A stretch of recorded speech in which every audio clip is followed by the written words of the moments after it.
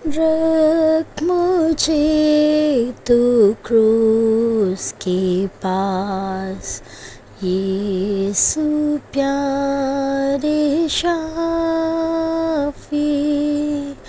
گناہگاروں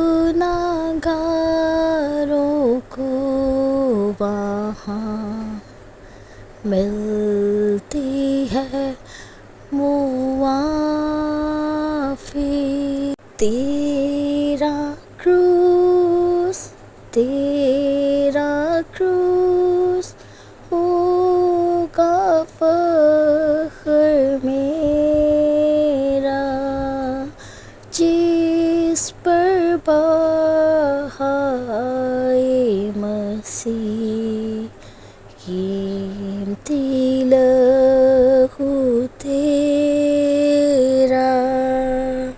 کروس کے پاس امید کے ساتھ فصل سے میں رہوں، تیرا سایہ مجھ پر ہو، باپ سے یہ میں کہوں۔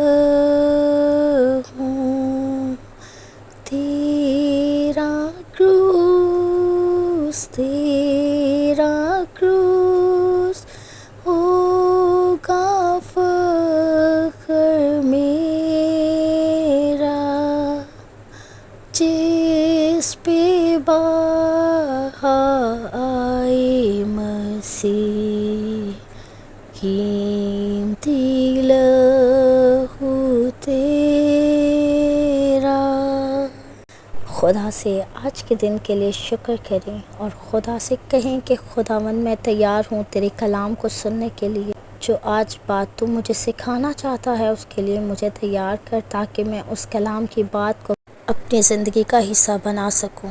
مسیح کے بابرکت نام میں آپ سب کی سلامتی ہو۔ خدا کے کلام میں سے آج ہم دیکھیں گے یعقوب 5 باب اور اس کی 16 آیت، جس میں یوں لکھا ہے، پس تم آپس میں ایک دوسرے سے اپنے اپنے گناہوں کا اقرار کرو اور ایک دوسرے کے لیے دعا کرو تاکہ شفا پاؤ۔ راست باز کی دعا کے اثر سے بہت کچھ ہو سکتا ہے۔ آمین۔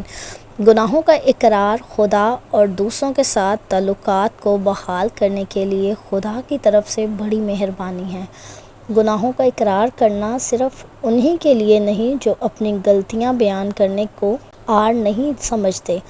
گناہوں کا اقرار کرنا ایک حکم ہے جو تمام مسیحیوں کے واسطے ہے۔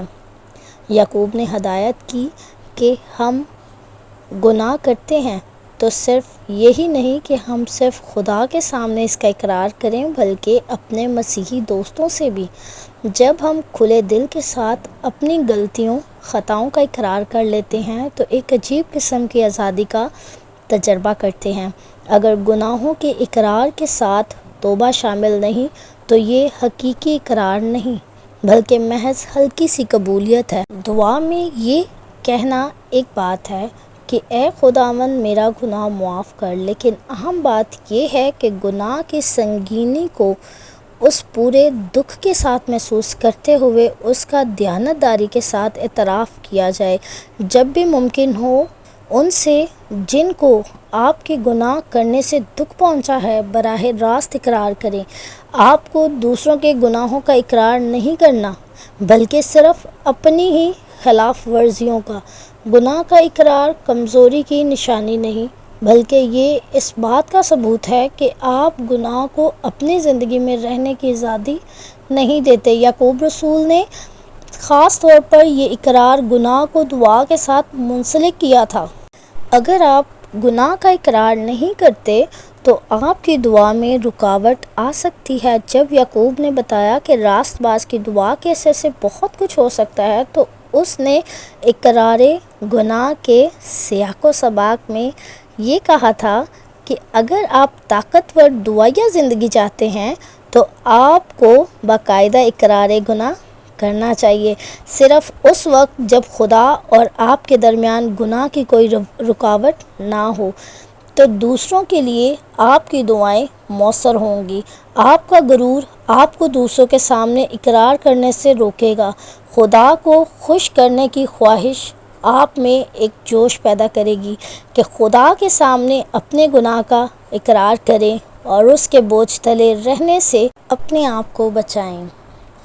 خدا آج ہمیں اس کلام کے وسیلہ سے بہت برکت دے اور اس بات کو سمجھنے میں ہماری مدد کرے کہ ہمیں نہ صرف اپنے گناہوں کا اقرار کرنا ہے بلکہ اپنے اور خدا کے رشتے کو بھی مضبوط کرنا ہے، تاکہ جب ہم دوسروں کے لیے دعا کریں تو وہ با اثر ہو۔